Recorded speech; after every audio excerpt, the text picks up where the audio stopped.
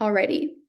So, could you please share with us an overview of your career journey in the hospitality industry and your current role as the Food and Beverage Marketing Director at Gale Hotels? Yeah, so let's see. I'm from New Jersey originally, but I'm from a super small town that was hospitality driven. So it was kind of a beach town. So when I was like in high school, everyone worked in restaurants. You were a server, a hostess, a bartender. So I've been working in restaurants since I was 14. I'm 34 now, so for 20 years. When I went to college, my mother was like, find something that interests you, something that's exciting, it'll give you passion. So my major was marketing in general. I actually thought that I was going to go into fashion, so I minored in fashion. But after college, I had my degree. I loved marketing. I loved the creative aspect. And, a lot of people say once you learn about marketing, you can apply it to a lot of different industries. But right out of college, I kind of went back into the hospitality world, just getting my first job right out of college. And it was with LDV Hospitality, and it was actually a really great opportunity. They had a marketing position open, and I had worked with them a couple of years just in the restaurant side, but they took a chance on me and gave me a role. So it was awesome. I already knew the brand. I was working really closely with their VP in corporate. They actually opened up a property here in Miami after I was with them about 2 years, and they asked if I wanted to come down, so I did. And from here, we had a nightclub that was Rec Room, Regent Cocktail Club, and Dolce Italian. So I was their Miami representative for marketing. And from there, I just kind of built my career. I've been here 11 years. From there, I went to one hotel in South Beach. And at first, it was me reporting to the director, and we just oversaw the whole marketing for the resort. And they had 7 food and beverage outlets. But then, after about a year and a half, they decided to create a role specific for food and beverage. So, with my experience, they separated me out, and I was overseeing everything with just the restaurants. So, I just kind of gravitated towards that. Hotels is a little different, but it all kind of goes together. You're trying to fill the rooms, doing OTAs, a lot of different type of marketing. Restaurants is a little separate. They overlap a lot, but I just gravitate towards food and beverage. That's awesome. Thank you for sharing that. It's definitely impressive to hear how those experiences have led you to the role that you're in today. Yeah. So how do you perceive the current trends in the hospitality industry affecting the marketing strategies for food and beverage? So in Miami, the current trends are just that our city's booming. Everybody's moving here. All of the restaurants that are famous in other markets are coming to open up a branch here. So it's tough. I mean, it's always been tough here in Miami, but in food and beverage, you have to stay relevant. You have to stay ahead of your competitors. You have to be unique. There's just so many places, they're a dime a dozen, they're really similar. And then there's a few that stand out, and those are the ones that everyone wants to go to. You see all the influencers at because they have a lot of those special moments. They get creative with their menu, they get creative with their interior design, like Sexy Fish, Mhm. for example. Yeah. Everyone goes there just to post the bathroom. So Yeah. marketing is really interesting because it's everything that people see. So it's what they hear about you, it's what they see on social media, their advertisements. If your friends go there and they send a photo of a dish, it's everything because marketing works with the chefs, they work with the operators, they really try to find a way to stand out. Mhm. So basically, just always being on your toes in this market, you have to make sure that you're going to see the competitors, you're seeing, there's a lot of people coming in from on cruises and where are they coming from and trying to target, an activation or an event or live music that might appeal to those people. So just Mhm. always staying in the know, I guess, with the current market. Yeah, definitely. That makes a lot of sense. And it's such a constant changing industry with all these new additions. So that totally makes a lot of sense. That kind of has to do with my next question of how do you perceive the current trends in the hospitality industry affecting the marketing strategies for food and beverage offerings? So I guess, sorry, with the current trends in Mhm. hospitality, right? That's where we're at. Mhm. I'm following along, I No think. worries. So, I mean, just there's a lot of resources. I'm going to kind of tie a lot of these questions because they kind of Sure. overlap a little bit. Yeah. So, like the GMCVB is the local, I always try to get this right, Greater Miami Beach Convention and Visitors Bureau. Mhm. So, every job that I've ever had, I've been a member of that. You pay an annual fee and they give you all of the market trends. They give you reporting from where people are flying in, all the cruise schedules and where they're coming from, the occupancy in hotels. So you know, for example, if for some reason you live under a rock and you don't know when any music week is coming, you get a whole annual schedule of the occupancy of hotels and it's updated every month and you can see, oh my gosh, the town's going to be so busy. I need to make sure, you're staffing properly. Maybe you're increasing your digital marketing to make sure that you're targeting people in this area. I use geo-targeting a lot. So people who are coming from different markets and maybe they're interested in Italian food, but they're from New York. Once they come to Miami, you can tell when they're here and you can use geo-targeting to target them based on their interest, their lifestyle, how much their income is. It's really Mhm. cool. So I didn't know about that. That's really helpful. yeah, it's a really great tool. Yeah, that is really cool. So speaking on how you align your marketing efforts with your overall brand image, how are you doing that at your job with Gale Hotels? So with just this job in particular, this is my fourth week, so I'm fairly new. Okay. So it's actually a perfect question because when I moved down here 11 years ago, how I was saying I worked with LDV Hospitality, we actually ran the food and beverage inside of the Gale Hotel South Beach. So it's Hmm. our sister property that opened at that same time 11 years ago. So I was really familiar with the brand. Men in Hospitality is really well known in this town. They have a lot of different hotels and restaurants. So there's a few major key players in hospitality here in Miami, and I feel like I know a lot of their branding. Anytime that you start a new role, you kind of look at inspirations, you look at other brands, and you're like, oh, I'd love to mirror the way they do that. I love the way they Yeah. do social media. So you do a lot of analyzing your competitors. So I knew a lot Mhm. about the brand, but as soon as you start in a role, you pretty much immerse yourself in everything. And it's just, you get the brand books, you meet all the people, you talk to the owners. The owners usually have a really clear vision. May that be a person, like right now, my company, Gale Hotels, is owned by a person. And so he has a lot of input and say and creativity, and he's really awesome. And I just learn a lot about what he sees value in with marketing by talking to him, meetings, learning a lot about him. Sometimes it's like a Marriott, a Hilton, where they have those really clear guidelines and you get a Yeah. really thick brand book where they tell you Mhm. this is our tone of voice, this is how we do things. But right now, because we're not open yet, we're opening this hotel May 1st, which is very Okay. soon. But the restaurants that I'm overseeing, we're still in brand development. So although we are aligning with the Gale Hotels branding, we are creating the restaurant branding from scratch. So that's really fun, and I'm going to live and breathe it since I'm in the creative process from scratch. Yeah, and that for sure gives you a lot of creative freedom, which is exciting for sure. Yes. So talking about leveraging digital marketing channels. So how do you do that, especially with the social media and online advertising to promote food and beverage in your restaurants and your hotel? So digital advertising is the best resource, for Yeah. anyone doing marketing because everyone's on social media, everyone's on their phones, everyone's on their computers. So it is where there used to be a lot of times where people would spend money on print advertising back a long time ago. I'm talking 10 years ago or so. You would see the billboards, you would see the signage when you get in the airport. You still see those things, but a lot of those are digital screens that are rotating an ad. So Yeah. a lot of things have converted to digital. So usually, when you are starting out, like if you were starting out, you'll hire an agency and you learn a lot from working with agencies that specialize in digital marketing. So basically, what we do is we give them a budget. We say, this is how much we want to spend.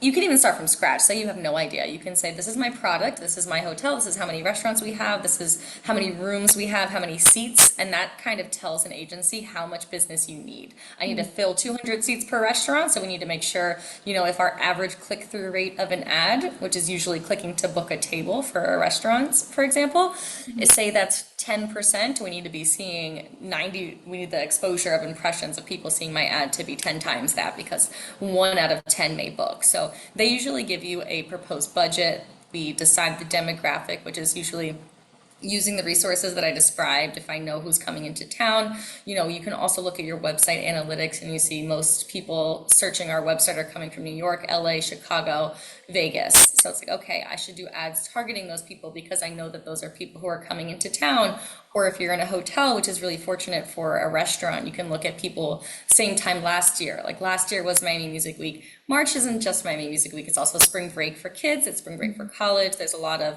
holidays, there's Jewish holidays in the month. So you can be like, okay, what type of demographic was staying with me last year? I'm going to target ads to them this year. So there's a lot of resources where you look at your analytics and you just understand your customer and then you use your budget to really push where you see the interest is already there. Yeah, that's awesome. It's really great to see how you're leveraging the digital platforms and the services you work with. So that's definitely cool to see how you're able to make the most out of that. Um, so what role does market research play in shaping your marketing strategies? And how do you stay updated on these consumer trends and preferences? Which you kind of already answered that with your what you said, but if you want to elaborate on that. Yeah, I mean, I feel like I rely a lot on the professionals. Like there are a lot of people, like you can subscribe to these things that have analytics, like the GMCDB has great ones, but you can even go to airlines and you can purchase some analytics that tell you the information that if you want to get a lot more specific, like who's flying in mostly on the weekends, if you're a hotel or the weekdays. I need to fill my weekdays more because they're slower. Weekends usually fill up. I'm going to look at those analytics. So basically, it's the consumer trends are a little tough because a lot of it is just discovery. Like if I Mhm. go to a lot of different places and I see the type of people who are there, I see the type of places that are opening that are really popular. Why are they popular? I go there and I'm taking mental notes. I'm like, what are they doing? That's really cool. I see so many people taking photos with that. Just staying up to date with the trends is basically about being out there and just living and breathing. I follow handles to learn trends. I follow different accounts. I sign up for newsletters to see what they're doing. You just kind of got to fully immerse yourself. Yeah, I can tell you're committed to staying informed through that research, which I know is crucial in this fast-paced industry. So that's awesome. So how do you measure the effectiveness of your marketing efforts? Are there any specific KPIs that you track? So this is what's hard. Marketing is really tough because a lot of people ask you, what do you do? And like, how do you measure success? Because a lot of people can see your ads, but, and even for example, once you get your analytics, a lot of people click through, but if you lose them and they don't make a reservation, why? So it's really, it can be tough. It can be vague with marketing, because it's not just your ads, which is usually a really easy way to gauge your KPIs. For example, if your social media is growing a lot, that's a great KPI indicator that you're targeting the right market, you're showcasing the right things, and people are interested. So that's always really great. Click-through rate on your ads and your newsletters, you can tell if people are interested or not. But as far as a lot of the other things, like the signage and the property, is it successful? Is it being received well? You don't really get feedback on those types of things. The flyers, like it can be a little bit tough, but Mhm. usually if your restaurant is full, if your hotel is full, it's when they're like, okay, marketing's doing a great job. I feel like marketing gets the word out there. And also, if everything isn't going well, it's marketing's fault. So you definitely have to keep that in mind. So if a business Yeah, is booming, that's your KPI. You're like, I'm doing great. good. That makes sense, especially in this industry. Restaurants full, you're doing well. Yep, exactly. So how do you integrate feedback and insights from the guests into refining and improving your strategies? So that question was a little tough for me because marketing doesn't usually get guest feedback. The Hmm. only time I would say I take feedback from my viewers would be if I was doing like A/B testing on an ad and to see which image was getting more engagement, which types of posts are following like more. So that's the only like feedback. But Hmm. as far as marketing like my newsletter, the flyers, my social media creation, like the content. We don't really get feedback. I guess it's Hmm. basically just on impressions, click-throughs, things like that. But That makes like sense. in the restaurant, I don't really hear if guests love the menu I designed or not. Yeah, that's I'm true. sure they do. But the only That's thing I would say is if it's negative, like, oh my gosh, people don't, they get really confused by the verbiage that we describe our happy hour. They get confused. Can you change that? But that's usually from like operations. yeah. Yeah, so it's Yeah, just so a mainly little. if the guests are complaining about something in the restaurant, that's usually the chef's job to deal with Yeah, that. That yeah, makes sense. or the manager. Yeah. So, what advice would you give to aspiring marketers like myself looking to specialize in the hospitality industry and particularly in food and beverage marketing? Okay, I'm looking at my notes for this one because that's a good question. So, marketing in general is subjective, right? Like any creative role is subjective because what I think is beautiful, amazing, awesome, you might be working with a chef or a GM of a hotel that is like, I don't like that. I like things more formal, straight to the point, this and that. But they don't understand why we use the verbiage we do. Or like I took a psychology class, a color psychology class when I was in college, and I really know how to mold that knowledge into my creative, but someone might be like, I don't like that, it's ugly, just do black. And there's a lot of times where you just have to be flexible, and I would say always be willing to find a compromise because there's a lot of times where you're not going to have everyone on board with your creative ideas, and either you have to be open to just be like, okay, let's scratch it, let's start again, or I hear what you're saying, this is what I'm saying, let's find something in the middle that works for everybody. It's Mhm. really important to have that type of personality and to have thick skin because I have had especially chefs who are like, it's also tough because marketing, we're fun, right? Everyone thinks marketing is like, oh, I'll get to you when I can. I'm too busy for a photo shoot. Let's schedule it in 3 weeks when you know you need that content for social media now. You're running out of your library and people don't really prioritize it because they think marketing is just fun. Mhm. You really have to find the personalities and find ways to make it work. Like I create SOPs for almost everything I do, which is all the steps of the process I want. So when I need a photo shoot, I tell my chefs that are picky like that, you can tell me 4 weeks in advance. You pick the day or time that works for you, but I need it on the calendar. These are all the dishes. This is the amount of time I'll take per dish so that you know I'm only taking 2 hours of your time and you can, if you have everything ready, then I'll be out of your hair in a minute. Like there's just a lot of different ways to find a compromise with different types of people. Organization is really important because food and beverage and hospitality is complete chaos. You'll never find a company that has everything together, they follow these steps and this is how it goes and everyone's aligned and it's great and everything's on time. Usually everything in hospitality is completely last minute. You're scrounging, you need to find a way to make it work, you need to run to the printer because you need those menus in 2 hours. Like it is crazy and it's like the chefs, why didn't you make this menu for me 2 weeks ago? But they just couldn't or they didn't have the products they needed, so they had to change the menu. It's just complete madness. I love it personally. I'm a problem solver and I believe where there's a will, there's a way. So having that mentality will really, get you into a successful place for any hospitality, even if it's a Marriott, people who've been around for decades, they all don't have their stuff together.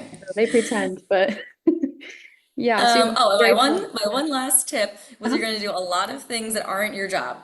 Marketing kind of gets a lot of things dumped on them that isn't necessarily marketing, and that will be the case.